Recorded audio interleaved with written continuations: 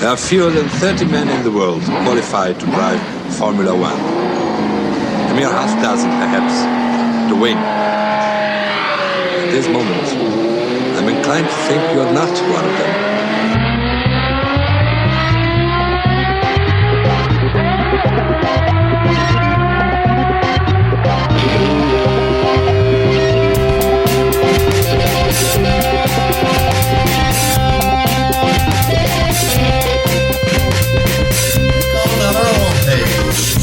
No, you want to. Keep up the good work, and there you have it. There you go. With the qualifying. Welcome to F1Weekly.com. My name is Clark Rogers. I'm the host of the program. I'll be joined by NASIR Hamid, my co-host. This is podcast number 1021, December 4th, 2023, NASIR. Thank you, sir. I say the season is over. One driver is chillaxing somewhere on the Mediterranean. Rest are wondering que paso. And the grid is set for 2024. We shall explain gladly. Now back to you, Chief. Thank you, NASIR. On today's program, Toto officially declares Massey is an idiot. Will George get in the way of LCH and his 8th championship quest? Toto? Max has said that now he does want to race at Le Mans, and he's developing a system to do so. Very, very exciting. And ladies and gentlemen, this week we have LOOSH on the Loose from Down Under with his 2023 season review. It's a good one. It's a quickie. Also, this week's interview, an outstanding race driver from USFPRO 2000, Michael D. Orlando Extraordinaire. NAS will have all the final details on that, of course, in MM. And we need to remind everybody that we do need your contributions to keep this program on the air. Just click on the Support F1 Weekly tab, and I want to thank Stephen Boyd and Joshua Sutter. Keep up the good work, gentlemen. Nas, welcome to the studio. I know you're pumped up. It's the off season, but we're getting so much good, deep information from the bowels of F1. And of course, the holidays are coming. I know you're pumped. Yes, sir. Today and for the next few weeks, it's greetings and racing regards from Frederick, Maryland. And I am definitely missing Florida, where the sun keeps shining through the pouring rain, as per Mr. Nielsen. Good news is, in this day and age of digital connectivity, you are never far from racing activity. I heard the news today, man from Monaco to stay in Maranello. Do you think Charles Leclerc should stay at Ferrari for another 5 years? I don't know. Why not? He likes it. It's close to Monaco. He speaks Italian. And he carries it really well. He's like a professional Ferrari driver, if you see what I'm saying. Yes, reports from Italy are suggesting contract extension between Ferrari and Charles Leclerc will be announced soon. It is a very lucrative contract starting at 25 million euros and will be for 5 years with an escape clause after 3 years. By that time, Max would have won 6 World Championships. His minimum wage in the final year of the contract will be 50 million euros. I hope he can survive on that in Monte Carlo. Leclerc is number 1 among drivers with most pole positions, 23, and no championships. Racing reality may be prancing horse in pursuit of a Red Bull all season long in 2024 and 2025. Now, rumors from the Roman Hills have Carlos Sainz Jr. being replaced at Ferrari by Lando Norris. I can see Carlito at Audi in 2026 based on family history with the mark. But we're in the off season, so we're going to have a lot of rumors coming. He's going here, he's not going there, Lewis is retiring. Who knows what will happen. Now, speaking of Toto, the excitement continues after the season is over. Let's see how far this goes. The Mercedes Formula One team allegedly aided and abetted a multi-billion-dollar fraud at FTX thanks to its lucrative sponsorship deal. Now, this is according to an investor lawsuit as reported in telegraph.co.uk. Have you heard anything about this, sir? I have indeed. I mean, the guy's parents lives a half hour down the road from my house. Great. Have you seen any FBI activity down there lately? Probably. There's a lot of sneaky stuff going on, and his parents might go to the pokey as well. They might need to read Desiree's book on Penn State. Desiree's book. Wow. Okay, next. Sargent stays on the F1 beat. Main news last week, at least for American fans, was the confirmation from Williams that Logan Sargent will stay with the team for the 2024 season. This is good news for the boy from Boca Raton, as he is very talented. But now it's sink or swim to success. There will be no excuses after 2 seasons in Formula One. And he's obviously much more luckier than Nick de Vries. Sargent's racing achievements include 2015 karting world champion, 2017 third in British Formula 4 Championship, 2019 third in Macau Grand Prix, and that's a very tough race, 2020 third in European Formula 3, 2022 in his only Formula 2 season he finished 4th, which is impressive, very impressive I should say, for a rookie. So the kid is quick. Let's see what he can do in his second year of Formula One. As always, and with any other driver, we wish him all the best. Sir, were you happy as an fellow Amerikanski that he has been retained by Williams? Yeah, and I wasn't surprised. I mean, let's face it, Williams is American now.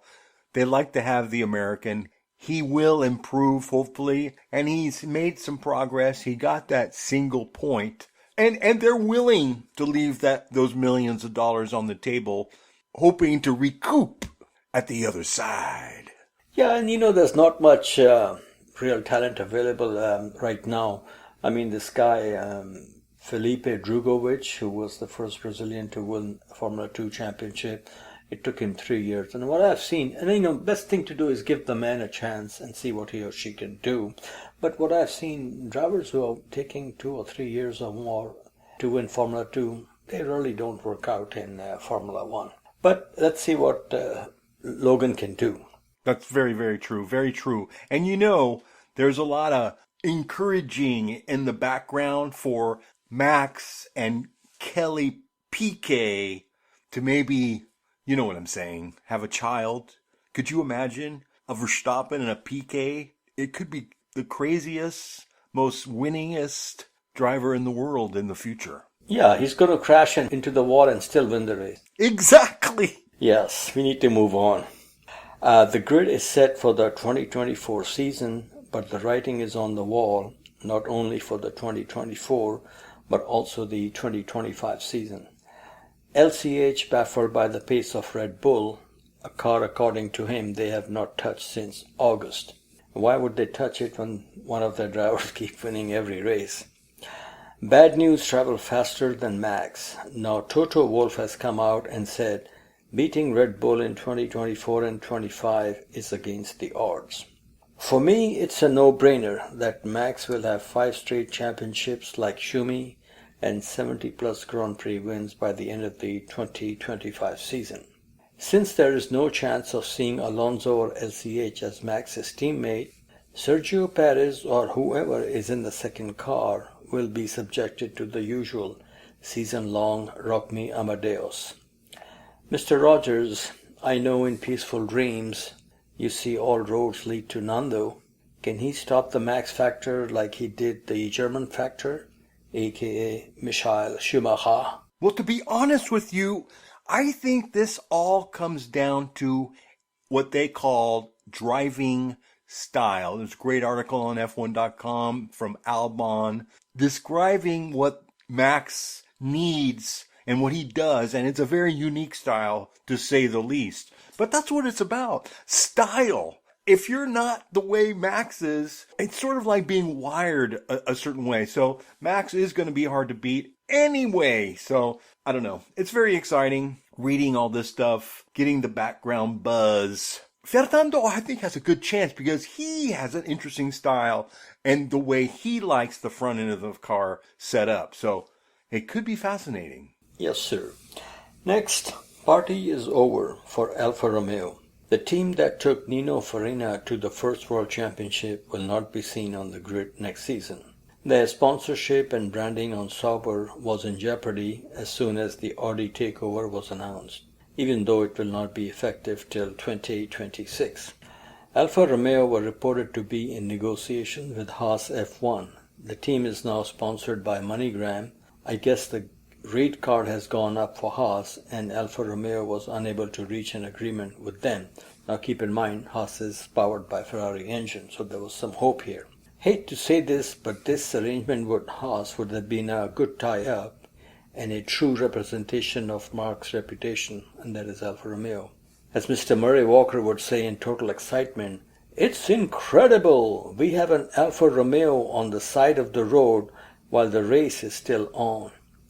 And Martin Brundle will say, "Murray, Alfa Romeo has ambition ahead of adhesion," which seems to be his favorite line, and very, very correct. Mr. Rogers, both Alpine and Alfa Romeo have one thing in common: living on past glory. Your $2 or Deutschmarks on this issue.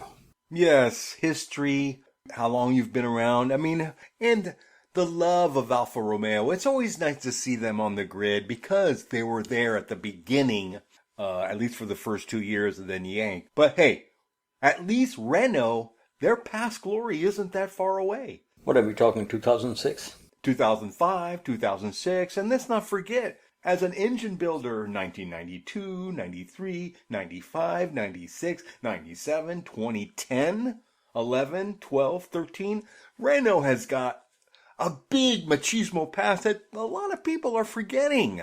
So I'm very disappointed with Alpine, but it could come together if the economy stays strong and we keep plowing forward. Yeah, Alpha, it's tough, but, you know, their glory, 50 and 51, that was it. So, I don't know.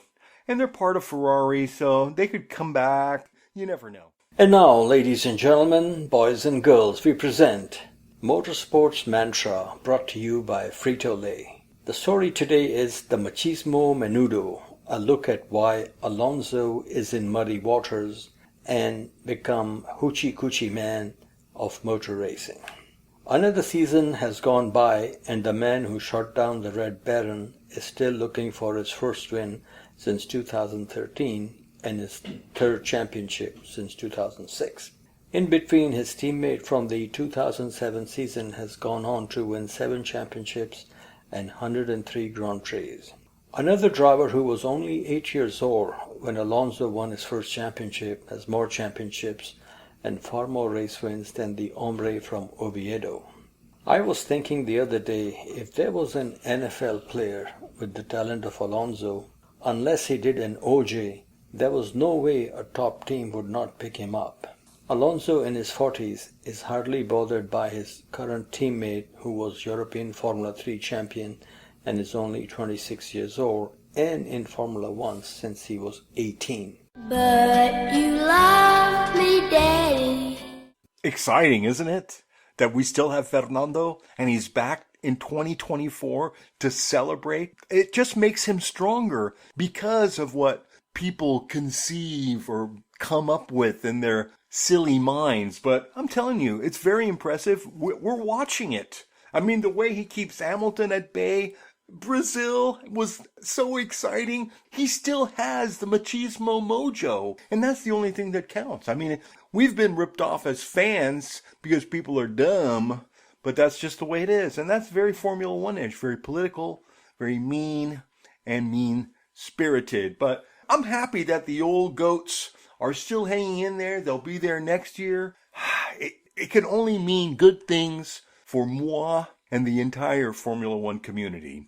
How did it go so wrong for the driver who put in what his team owner Paul Stoddart called qualifying lap in each and every lap of the 2001 Japanese Grand Prix? That unbelievable victory in San Marino in 2005, the end of the season, saw him become the youngest world champion at the time. I think it all began on the podium of the 2005 Brazilian Grand Prix. Upon being congratulated by Ron Dennis, Alonso said to him, "But you guys are always improving the car." That got Ron's attention and interest in catching a Spanish fly. One thing leads to another. What happens next is what I consider to be the beginning of the end for Machismo.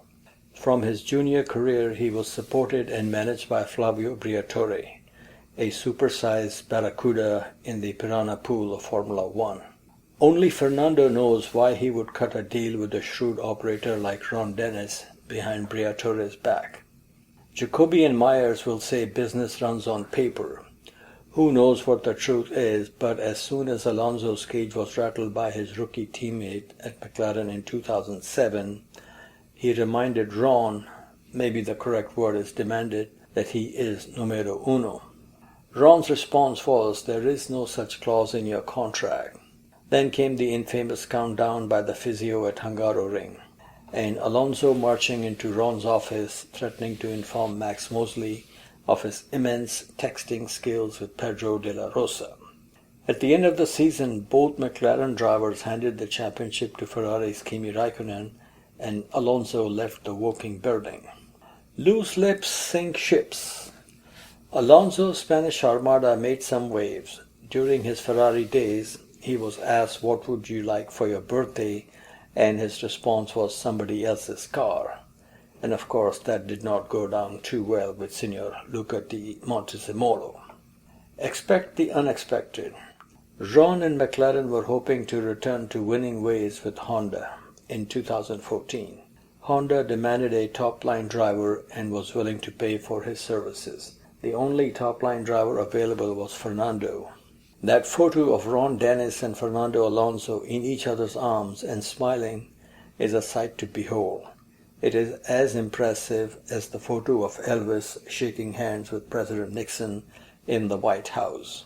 Little did Ron and Honda know they were signing in for a whole lot of shaking and will soon be checking into Heartbreak Hotel. Honda's entry into the hybrid era turned out to be a serious sick puppy. The engine was not quick, nor was it reliable.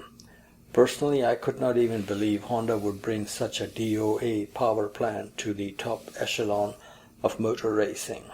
There were two drivers in the McLaren Honda team, but it was only one driver who was providing amusement without realizing actions have reactions. The comfort of the beach chair in Sao Paulo, and one of the most memorable comments ever made during the race by a driver to his team.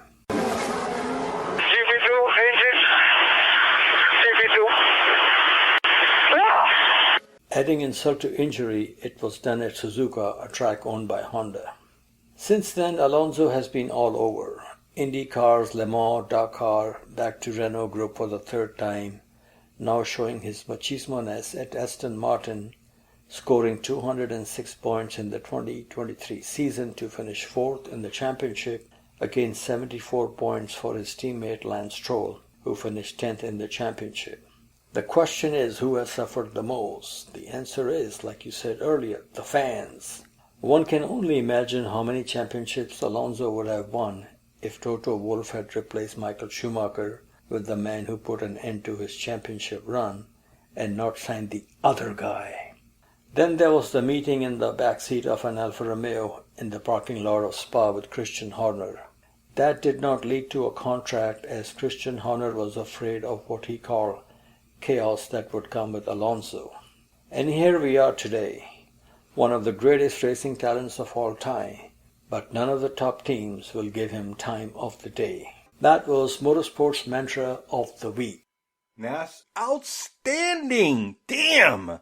Boy, I can't wait to hear what LOOSH has to say about that, and we'll hear from him shortly. So why don't we take a quick break, and we'll be back after these brief messages. Hi, I'm Mark Surer, and I say hello to F1 Weekly. Welcome back to F1Weekly.com. Clark Rogers here, your host. And now, as we spin the globe and go around the world with Motorsports Mondial and the king, the Swami himself, NASIR Hamid. But let me interrupt NASIR real quickly, because I'm going to bring in LOOSH, who's in the bullpen. LOOSH, thank you for your beautiful assessment of season 2023. Take it away. Hello, F1 Weekly. Long time, Clark and NASIR. Thanks for requesting my thoughts on 2023. So here I go, Lucian Byfield with LOOSH on the Loose from South Australia. All right, my thoughts on 2023. Well, Fernando Alonso. There you go. Thank you. Merry Christmas. Good night. No. Honestly, seeing my favourite and the GOAT of all GOATs back at the front was pretty much what saved the season for me. But seeing the mid-season slump from Aston Martin nearly killed me too. Piastri was the other driver that made the season worthwhile. Now, I may be an Aussie, but I am not one of those that follows someone because they are like me. Sadly, we are seeing this more and more in Formula One, particularly on the grid walk. And it is in some cases the very thing we are supposed to be against. Anyhow, I cannot be bothered explaining it right now because I'll just be called a racist. And I am not a racist, for I hate everybody equally. Meanwhile, back at the ranch, Piastri was and is amazing. To see him give it to Norris, and then for Norris to respond, was just incredible. And next year, well, it might be a tense time in that McLaren garage. Bring it on. Nando is great, but Oscar might also be just one of those once-in-a-while talents. They call them generational talents, and I bet Alpine have much regret. Now, to the elephant in the room. Well, I hate domination. I love Formula One. I don't know why sometimes, but I have been addicted since the 80s, and I cannot kick the habit. But I do recall in 1990, at the height of my obsession with Prost, when he won 3 in a row mid-season in the Ferrari, and I thought to myself, oh, this is boring, even though he was my favourite and my hero.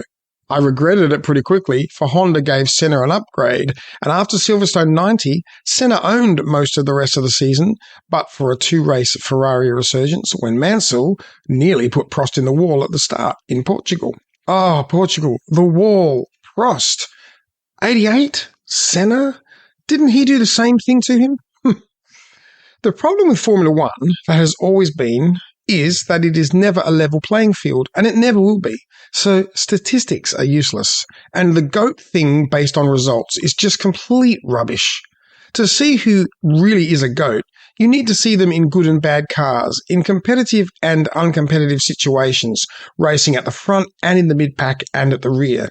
And for me, Max and Alonso are the only ones of the current crop who truly shine in those conditions, no matter what. Now, regarding Fernando, think of his second stint at McLaren, fighting for 14th or 17th, etc.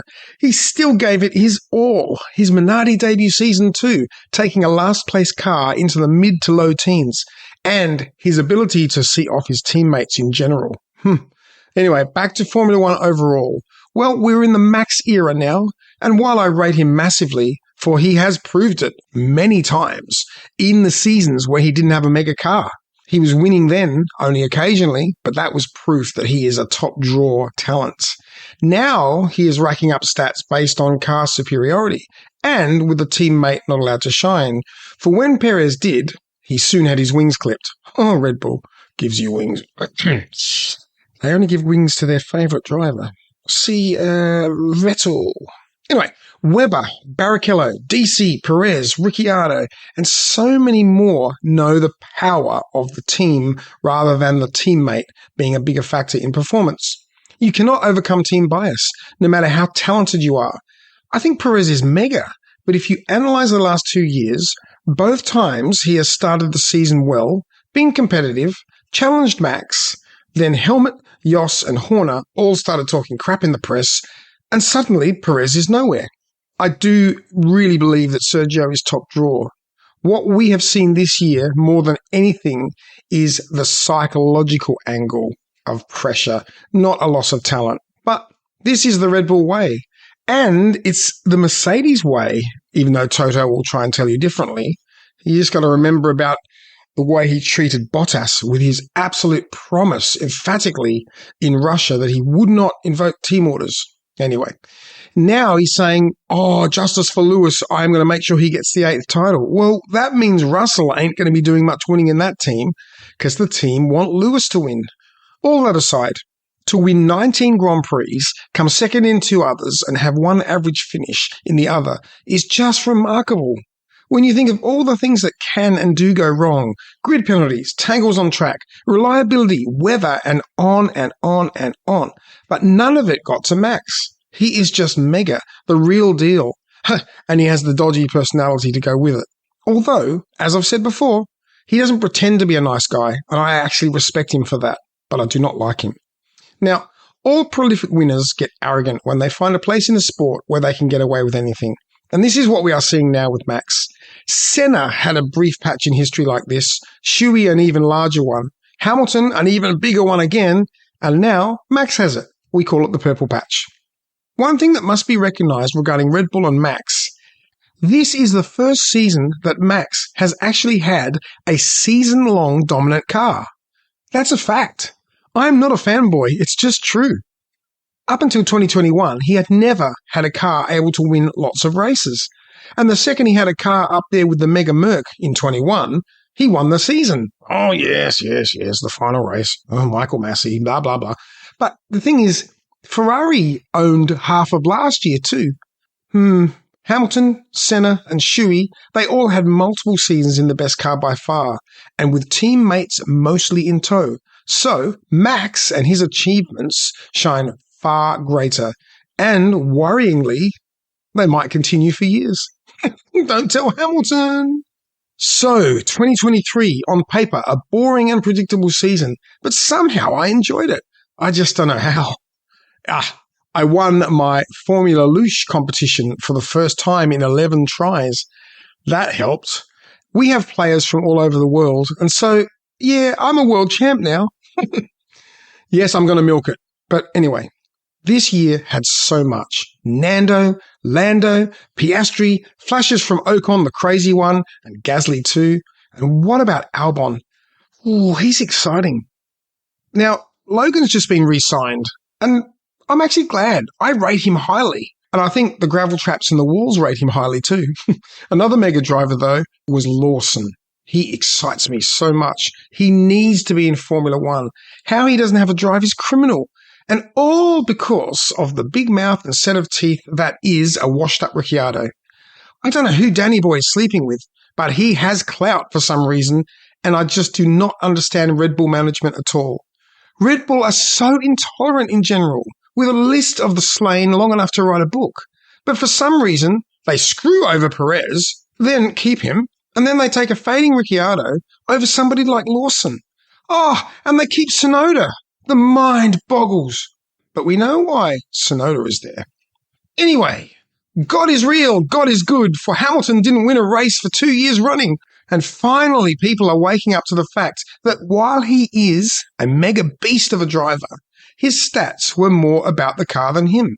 Funny how now it is the car that is the problem. But when the car was mega, it was him? Now, I rate Hamilton highly, despite the things I often say. I just do not fall for stats based on inequality. Yes. Max wouldn't be winning 19 races in a season if in a parity series, but I bet he would win half of them, with Nando and Piastri claiming most of the rest. Oh, Formula One, the hot girl with no personality that we can't take our eyes off. We love and hate her, but we will be back to complain again next year. But secretly, we love it. Finally, I never do this, but I am going to rate my top 10 drivers this year. Here goes. Max, Fernando, Oscar. Now in fourth, Liam. That will shock some. Fifth, Lando. Sixth, Alex. Seventh, Carlos. 8, Lewis. 9, Charles. And 10, Esteban. Now, of course, no one will agree with that list completely. But imagine a world where everyone is in the same competitive situation. We would see something truly incredible, and it might be a lot more like my list than the stats currently are. Anyway, thanks for having me back this year. Here's to 2024. Merry Christmas, Happy Holidays, F1 Weekly Familia. This is Lucian Byfield in South Australia with Loosh on the Loose. Thank you, Loosh. Okay, Nas, why don't you bring in our USFPRO 2000 driver, D. Orlando? Yes, sir. Interview of the week is with Michael D. Orlando from New York State of Mind. This young man did a Kimi Raikkonen in the 2022 US Formula 2000 Championship. Going into the final 3 races of the weekend at Portland International Raceway, his chances were as good as Clark Rogers waving the checkered flag for NASIR at Hickory Half Mile Speedway. Will that ever happen? No, but, if they invite me, I'm going. Great. You'll hop on the Greyhound? Absolutely, sir. There's nothing like a bus steaming up your shorts to make you happy. There you go. Michael did it, and winning the scholarship helped him race in the USFPRO 2000 series this season. This conversation took place at the Indianapolis Motor Speedway a few weeks ago. My thanks to Michael, the driver, and also to Michael Morini, the team PR manager, who has been very helpful all season long and has helped me do quite a few interviews this season. Okay, folks, I'm here with young, tall American racing talent, Michael D'Orlando from New York. Michael, good to meet you. How are you today? I'm doing well. I'm enjoying the cold and rainy in the morning Indiana weather. And I have been, I'm coming off of a little cold right now, so it's not quite ideal conditions for me, but, a good day in a race car is better than any other day. So I'm super happy to be here, and especially with the HMD crew in this Indy Next car. And what can I say? It's a good day to be. This is your first experience in Indy Next. How do you like this car, and what are the main differences from what you drove last year? First of all, it's a lot more powerful, another 200 horsepower or so. So you definitely feel it, and the turbo it kicks in, and you get a lot of power especially when you go through third gear and fourth, and you're just really pulling along the straightaway there. So it's definitely a step up for me in terms of just the whole thing. It's a little heavier of a car, but more grip, more downforce, more power, and it's quite the experience. I really love it, and I've only been out there for about an hour so far, or an hour and a half, so I'm still getting used to it. Like I said, it's definitely, since it's such a big jump up from USFPRO,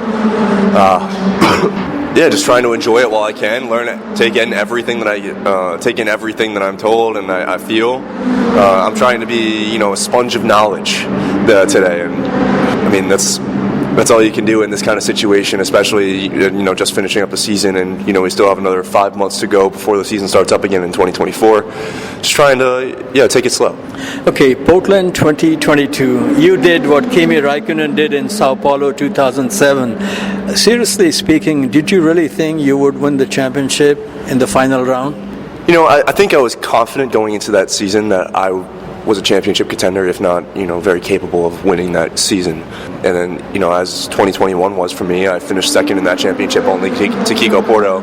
And going to the final race weekend, I was the only one that could have put up a fight against him. And I knew that you come into the final weekend of a racing series, and if you have a fight for the championship, it is, gloves off, 100%. And going into Portland, even though I had such a deficit in terms of points, 26 points down from the lead, I knew that with the triple header weekend that was about to ensue, I was in a good position, saying that the two people in front of me were fighting for that position, fighting for that first place, as they were so close together and so close in points, that being in the capper seat definitely helped me out in that situation. I could, almost sneak up on them in a way, right? And that's, tried to maximize everything we could out of that weekend. A 7th, a 4th, and a 1st, and won the race to finish off the weekend and finish off the season. So, there was a lot of chaos and unfortunate events for other drivers that ensued, but, I think we held our heads as a team. Me and K Motorsports just kept on pushing, and that's all you can do in that situation, right? So, I'm really proud of that moment, and there's no point in that entire season that I doubt that I wasn't able to win the championship. So I'm quite happy. Yeah, I think in a situation where you are so many points behind, it really is, I think, a matter of mental strength. So it was very impressive, and I will never forget, I was watching on YouTube how happy you and your family members were. So fantastic job. Did you send Miles Rowe a nice Christmas present? I gave him this year. I gave him this championship in Indy Pro. I guess I took it from him in 2022, and he just had to take it from me in 23. So I think we're even Steven right now. But this year, if I can pull together the funds to race in 2024 in Indy Next powered by Firestone, then we can go at it once again and 2 out of 3, right? So if we can make it happen, it would be nice to race against Miles again and see who can come out on top this next season if we are in championship contention, because I think it's down to the wire now. Race, bitter rivalry, fierce rivalry on the track. Does that affect your personal friendship with Miles or other drivers? No, I find that I separate my being out of the car from being in the car. It's like in a way, it's almost 2 different personalities. And I love to be a good friend to my competitors, and especially unless they're people I genuinely don't like. Miles is a good friend. I've known him for about maybe over 10 years. So we've gone way back. We've raced all throughout our career against each other in karting, and then now back in cars. So Miles is a great friend and a great competitor, and I'd love to beat him on the track, but at the same time, I come back in and we're always super happy for each other if we could pull something off. When he won the championship this year, I was really happy for him. He deserved it, and I think he would have thought the same when I won in 2022. Obviously, there's a little bit of bitterness saying I took it from him, but being the friend that I am, I couldn't be more proud for him either. No, I saw the first thing you did on the podium was congratulate him. I think it was very classy. Okay, now speaking of this season, I was again expecting a battle royale between you and Miles Rowe. He won 3 of the first 4 races, and you had a slow start. What happened there? Was it the driver or the car? I think it was a mix of a lot of unfortunate events. By the end of the 4th race in the season, the 4th race after Sebring, I was 17th in points. I had an incident with my own teammate in race 1 at St. Pete, and then another incident in race 2 at St. Pete, an incident at Sebring. All of these, in my situation, I don't think there was anything I could have done. And there's a saying in racing that it's racing. Which I don't want to swear, but shit happens. So, yeah, are you gonna put that in there? I don't know. I can delete it if you want. Yeah, but it's racing. Stuff like that's gonna happen. There, that's better. It's racing. Stuff like that's gonna happen. So, and then race 4, and Sebring, I had a electrical failure, and from there I just started clawing back as much as I could. 3rd place at IMS, and then another incident, and there's just a bunch of unfortunate events throughout that season that really hindered my competitiveness and competition in the championship and my fight. But second half of the season came around and we really came alive. Turn 3 Motorsport and I, we got 4 wins across 4 weekends and was the best driver in the second half of the season. And I think anyone can agree with that. So, coming from 17th place to 4th place is a huge comeback. And I'm quite proud of that, but results didn't show. So, we live and learn, try and move forward, and that's why I'm here in Lights to try and progress my career too. Great. And your 4 wins was just 1 less than Miles, and you were very impressive, finished 4th in the championship. On a scale of 1 to 10, 10 being best, how will you rate your season? I'm going to give it a 6. I think in terms of my performance, probably could be a 7 or 8. But in terms of the results showing, that's definitely like a 3. So it equals out a little bit. But, I can critique my season all I want. Still, finishing 4th in the championship is better than 16 other drivers. So it's solid, I think, in terms of the average and the median of other drivers. But yeah, there was definitely more out there, and I think that's something that we could have improved upon. Very important question. Who is a better racing driver, Michael D'Orlando or Nicholas D'Orlando?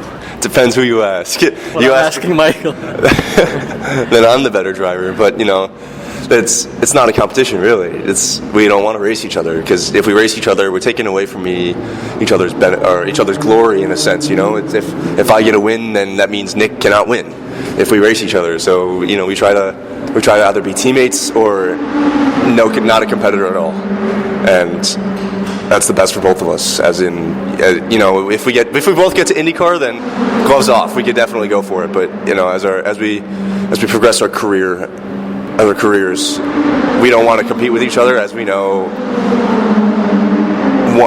one person's benefit is going to be another person's downfall in the competition, right? And that's always how it's going to be. But yeah, I love my brother, and I wish him the best in his racing career. And it's been a shame that he hasn't had a full season since his 2021 F1600 championship, and we've been trying to get him a car ever since. But budget's budget, and we can only afford so much. Okay, now this new kid showed up in a few races and surprised a lot of people. What's your take on Nikita Johnson? It's a great kid, a great driver. Obviously, he's a little young. He's a little young, and I think he could use a little bit of age to his advantage. I think that's one thing that older drivers, myself and Miles Rowe, and I guess Simon Sykes in that little pile right there, that's something that we have to our advantage. We understand when to push, when to not, and I think Nikita's got it. He's got it 98% of the way, and there's that last little bit of refining that I think could be done. But I love the kid, and he's a phenomenal driver. Not saying I'm any better, but yeah, I think as he grows up and when he gets to 18 or 20, he's going to be a force to be reckoned with for sure. Okay, now you said you're trying to put together a deal for Indy next season. If it works out, and I hope it does, what are your expectations and realistic goals? Well, first of all, this test wouldn't have happened without Rising Star Racing and Art Willis and Rising Star Racing. I'm super thankful for him for making this happen for me. We put this test together early this week or late last week, so it was a last-minute deal. But if we can find, I wasn't fortunate enough to win the championship last year to get that scholarship. So we're, as a family with two drivers, it's extremely expensive trying to focus on that, and we're not the most rich of families. So we're working very hard to try and make something happen. We have a couple partners that we're working with to try and bring home some extra cash for next season. But it's still up in the air. As of right now, I might just be sitting or moving to sports cars if I can find a deal with that. But if we can make Indy Lights happen, there would need to be a significant amount of cash flow in our benefit. Okay, of all the races you have won in single-seaters, can you tell us about your top 3 favorite wins? Favorite wins? Oof. What that you're most proud of? I'm going to say my first win in 2020, Mid-Ohio. It was against Christian Rasmussen, and he was the championship winner that year. And as it was my rookie year, I did a half year in 2018, but so I wouldn't count that. It was my rookie year, and I ended up getting a win at Mid-Ohio. I think it was race 2. I was super proud of that. It was the first time I stood on the top step of the podium in open wheel race cars or in race cars in general. So that's definitely my biggest moment in terms of my most proud race. Everything else, you can kind of almost see it happening. There's been a couple hard races that I haven't won that I'm more proud of than winning some of these races. So 2021, for example, I started 12th place here at IMS, Indianapolis Motor Speedway, and I worked my way all the way up to 2nd place, and that was arguably my favorite drive. So yeah, I have a fair bit of wins. I think if you go to driver database, a 13% chance to win a race. But in terms of my favorite ones, it's not my wins. No, it happens. Now, can you tell us a little bit about your karting experience in Europe and how much difference you felt in the depth of competition between here and European karting? I think the main reason why we went overseas is to get the experience of a different realm of racing. Racing here in the U.S. in karting, my brother and I were a dominant force, and anyone that didn't recognize that was a little naive. And I don't want to sound arrogant, but it was true. There's been plenty of races that there hasn't been many races since 2011 or 2012 that Nick and I haven't been performing in, especially here in the U.S.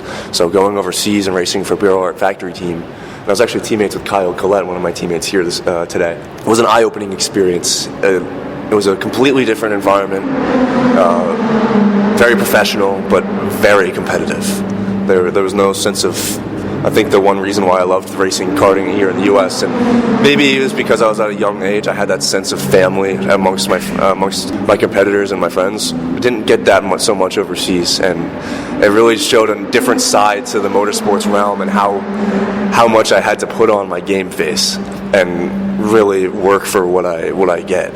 I don't think I had the greatest equipment, Granted, maybe that was some part of my driving as well, but we never brought home the results that we did here in the U.S., so it was definitely an eye-opening experience and what I needed to progress my career, because when I came back here to the U.S., I was even more dominant.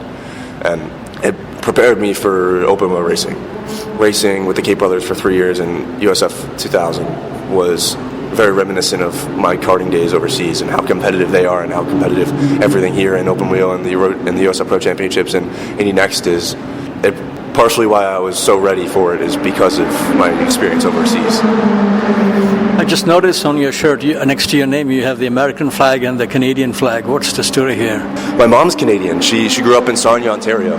So I am 50% Canadian just by my mom being from there. So in terms of how my parents met, you can talk to them about that. I don't want to say the whole story because it's a long one. But growing up in New York, it was pretty easy to go back and forth from my family up in Canada to home and my family. What's the family choice for breakfast? Tim Horton or Krispy Kreme? Tim Hortons. Tim Hortons is the family choice. When you're in Canada, you get your Tims. Thank you so much. Finally, would you have a message for our listeners? And also please tell them about your social media so they can follow your racing career. A message for my listeners is anyone that looks at us and looks at drivers like me and other drivers out there right now. We aren't always the fortunate ones. We aren't always the ones that just get handed a career. We've worked for it. And to you, I say, pursue your dreams. Racing here in the Indy Next car and watching my career progress has been, I wouldn't understand my life without racing. And that's all I have. That's everything I want to have. Being a race car driver has been my dream since I've been a kid. And to everyone that's listening, if you want to become a race car driver or you want to achieve your dream, let me be role model for you to show that you can make it happen. With enough determination, enough grit, and enough will, you can accomplish your dreams as I'm living my dream right now. Thank you so much. Michael, thanks for joining F1Weekly.com. Back to you, NASIR. Yes, sir. There's always some sort of signing going on at McLaren, so we have more McLaren signing. This time they have signed Stephanie Carlin, somebody I've known for many years, as Business Operations Director. Stephanie has been involved in motorsports for a long time and has been very helpful every time we had to interview somebody from Carlin team, which had included in their junior days Lando Norris and Carlos Sainz Jr.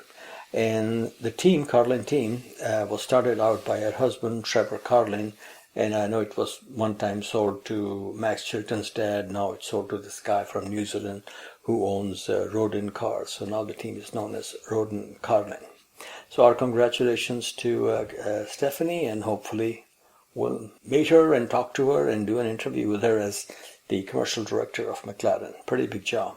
Okay, sir, the doctor at Le Mans, Valentino Rossi, has joined BMW's team in the World Endurance Championship, WEC Series. It will be great to see him at Le Mans in that beautiful traditional BMW Bavarian colors. Next, we have the Arthur Anderson report. Numbers don't lie. Credit goes to Liberty Media, Netflix, and perhaps Gunther Steiner for the immense popularity of Formula One around the world these days. These numbers are for the entire days of a Grand Prix weekend. Not surprisingly, the highest number of fans were at Silverstone, about 480,000. Second highest number was at Albert Park, over 444,000. Amazingly, Circuit of the Americas in Austin, Texas made it to the podium with 432,000 folks, ahead of places like Spa, Monza, and Zandvoort, where there is the whole, Mad Max mania going on. Mexico was fourth with just over 400,000, and Spa completed the top five with 380,000 Stella Artois and F1 fans. Vegas, baby, came in seventh with 315,000. Which is more than Monza, which had 304 paisans show up to cheer the prancing horse. I was very surprised. I was expecting Miami to have more people than Texas. So COTA is in good shape. What say you?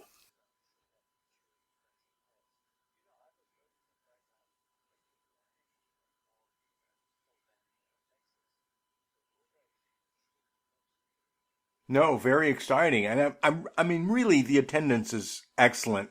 at all 3 U.S. Grand Prix. So, no, I think it's wonderful. Formula One is kicking ass in the States, and series like IndyCar should take note. And I think we'll see IndyCar. I think we're going to see NASCAR in Vegas very, very soon. I think the deals are being made right now in the back room, over at the Pink Flamingo.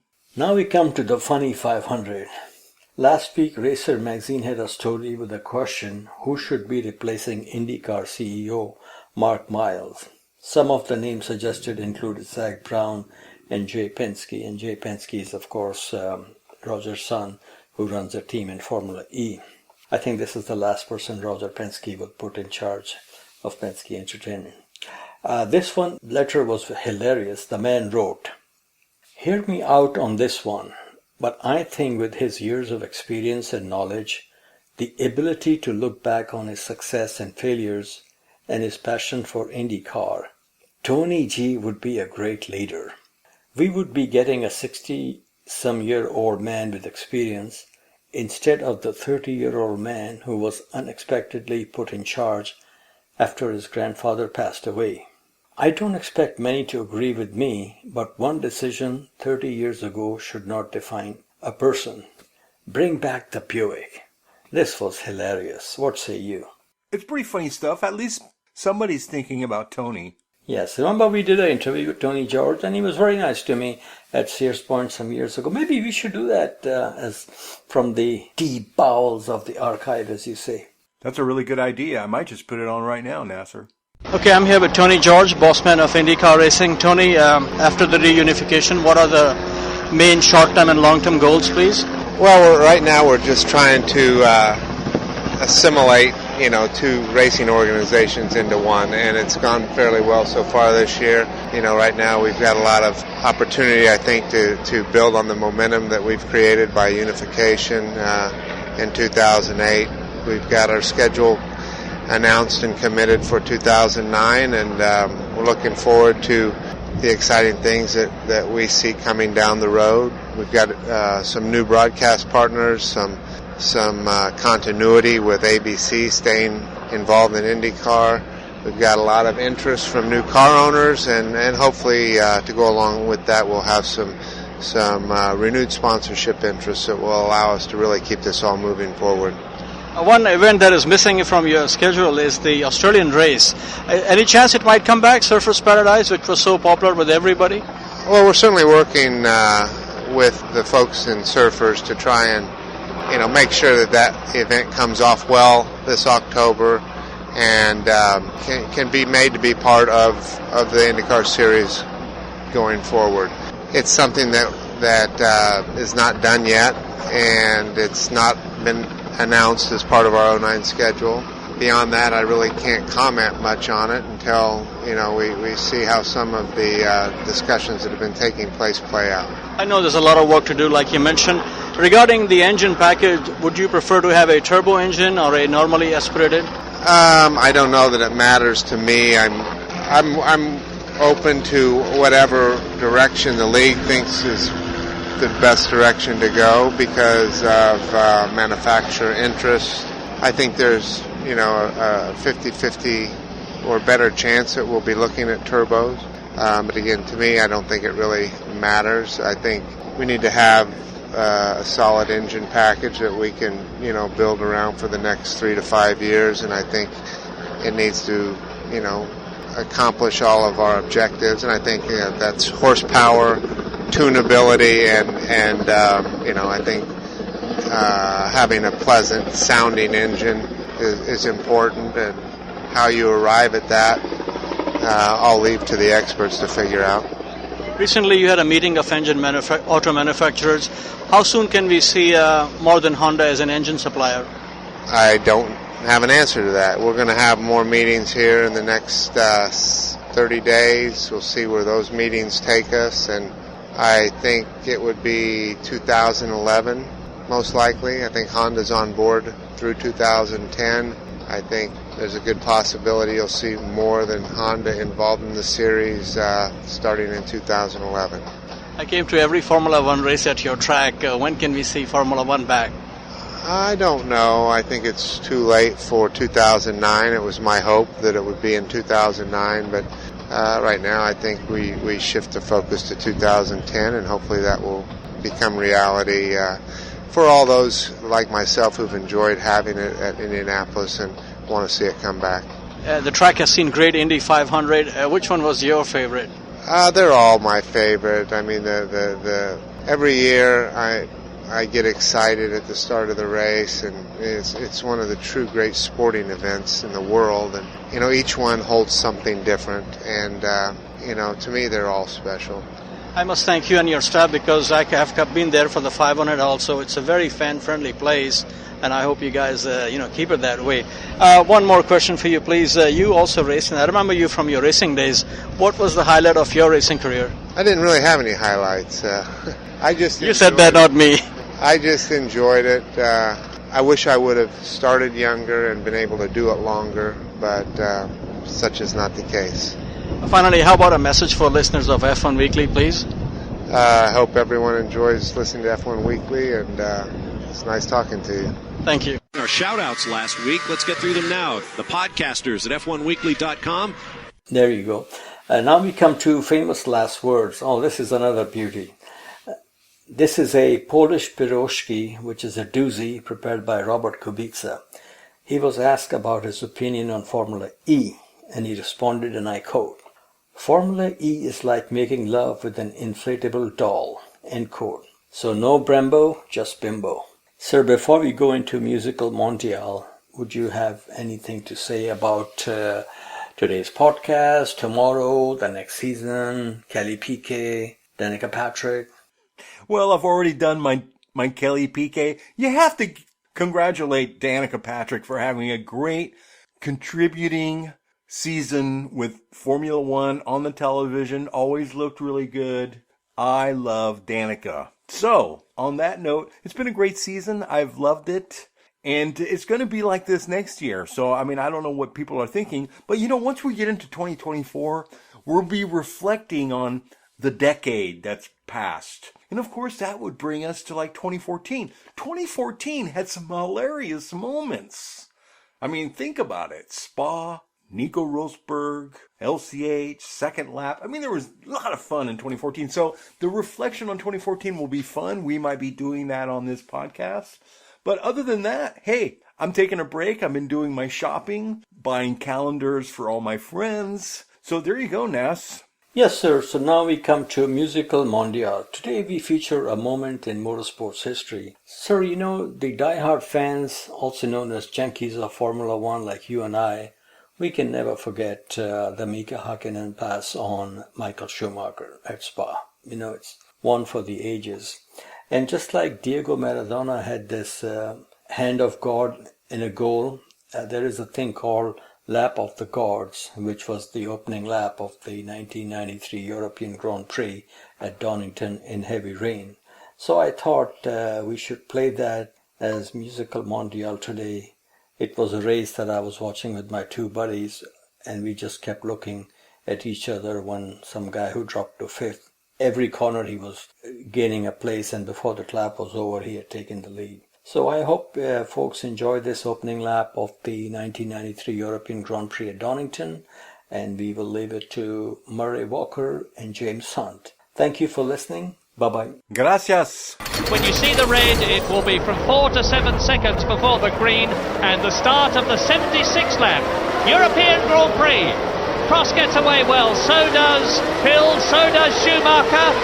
And Wendlinger is coming up well. Senna is crowded out and is down to 5th position. And Wendlinger is up into 3rd place ahead of Schumacher. Brilliant start by the Austrian driver in the black Sauber. Prost leads, Hill 2nd, Wendlinger is 3rd, and Ayrton Senna is up to 4th position ahead of Schumacher and challenging Wendlinger as they go round the right-hander into the old hairpin. Senna is up to 3rd. And after being crowded at the start, a quite brilliant couple of corners by Ayrton Senna. Tremendous stuff. He muscled his way back into contention at Redgate. He's going inside Damon Hill. And Senna into 2nd place already. And he's giving it absolutely everything in the wet part of the race. So now, as before, the two great rivals, and that's Andretti. He's done it again on the very first lap.